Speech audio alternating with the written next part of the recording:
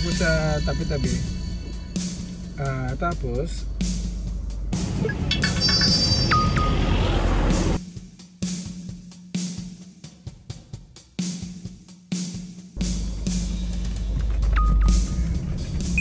kainin ko na baka bago lumamig. Kasi meron siyang ano, chili powder, meron ring something. Tignan natin mamaya, pero kuha muna tayo sa brick oven pepperoni pizza. So nag-take out na ako. Let's try it.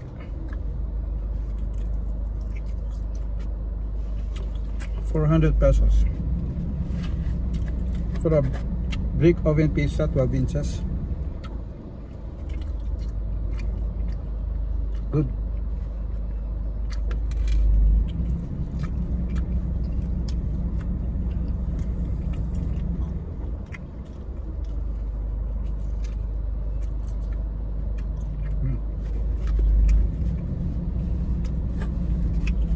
Nag-park lang ako sa tabi-tabi.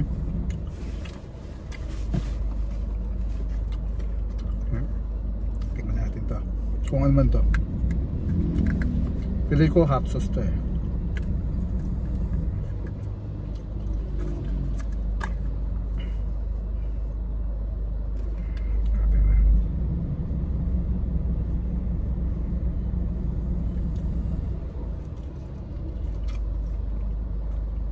Sarap ng do.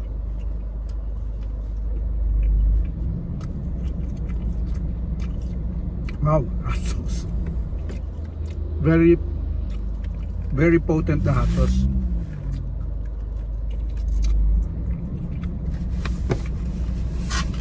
Ang deceiving lang kasi dilaw eh. Pero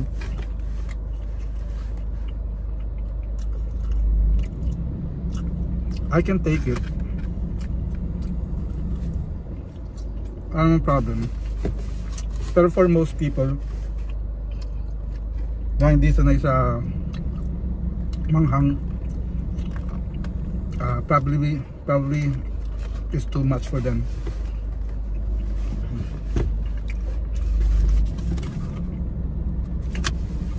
Try natin na, no?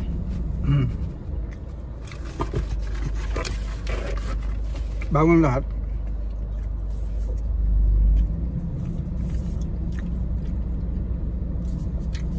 Isang Don Ricardo hot chocolate.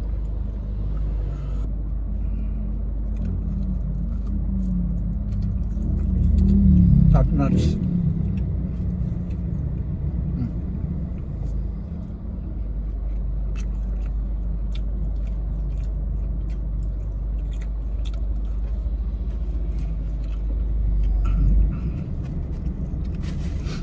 Ano, yung unang ano ko,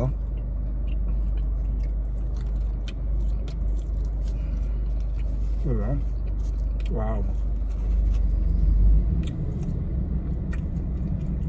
Look at that.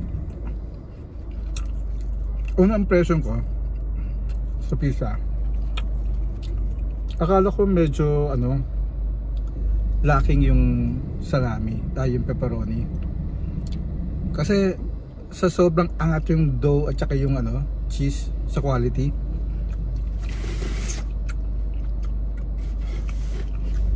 Nasa pawa niya yung ano eh, pepperoni. Pero yung kanina, off cam, dahil nagpi-film ako kanina na hindi ko alam na hindi pala naka-record. So tinikman ko kaninang isa-isa lang. Ulitin ko, recreation.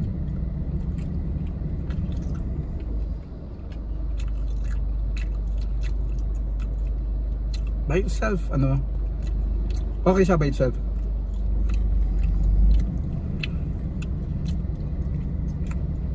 Sorry.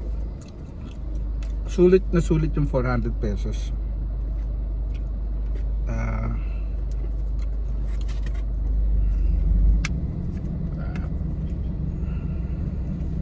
Di ako masyadong ano, di effective sa akin to kasi mataas na tolerance ko sa heat. Since yung bata pa ako, mahilig na ako sa manghang. ganun ako ka ano, kabihasa sa manghang. So halos wala sa akin yung ano eh, chili flakes eh. Kaya lagyan ko ng ano, yung yellow mystery sauce nila na manghang. Di siya habanero eh. Wala din sa menu nila eh.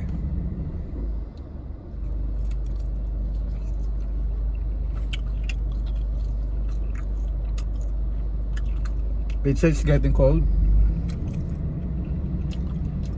Lamig ng aircon eh. Yung kalahating na ito sa bahay ko lang kakainin. Katakos pa ako mamaya eh. Pabibigay ko to or ano, kainin ko bukas as lunch. Ito naman, since bali wala sa akin to, yung ibig sabihin ano, on its own or para sa pizza, bali wala sa akin. Di ako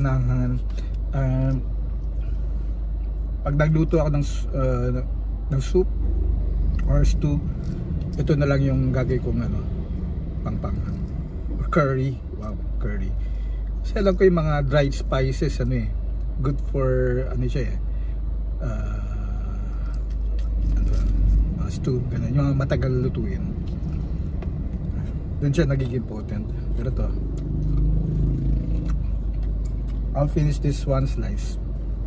Tapos punta na ako sa ano,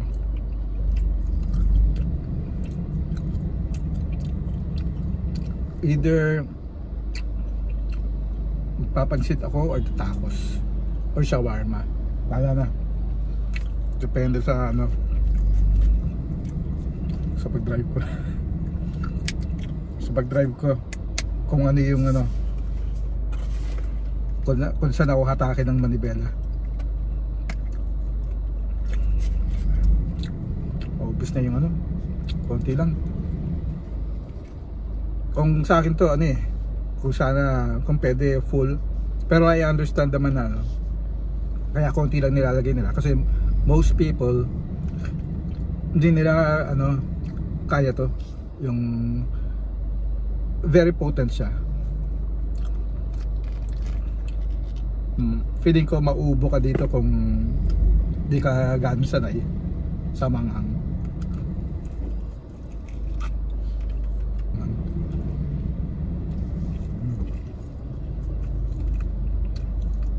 Ang sarap lang ng ano, charred tostado.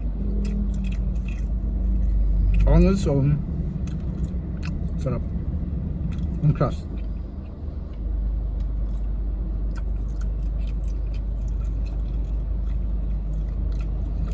Parang sarap siguro pag may ano, yung may laman na cheese, yung crust.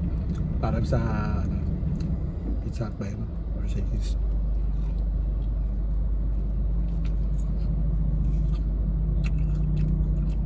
Pag pumunta kayo sa Tripod Pizza, walit lang siya eh.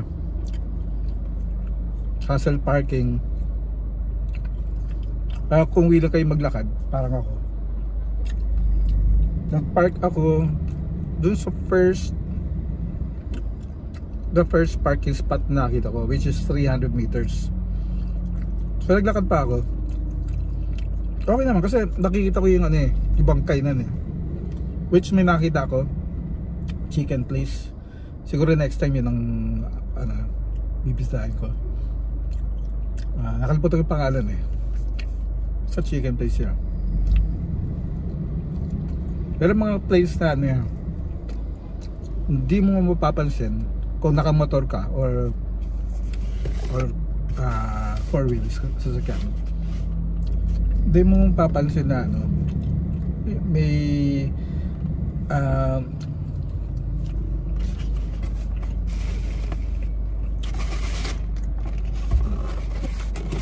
for tomorrow lunch, siguro gagawa ng pasta sardines. Plus ito, wow, that's amazing. Alam mo, marami kang madidiscover sa kakalakad mo eh. merong ano, mga establishments na hindi mo papansin habang nagmumotor ka or nagda-drive. Gaya na itong Don Ricardo's, ano, nag-open siya July, napansin ko lang itong August. Halos araw-araw akong dumadaan dun dahil malapit sa work ko. I-feature ko or baka include ko dito sa post the best hot chocolate.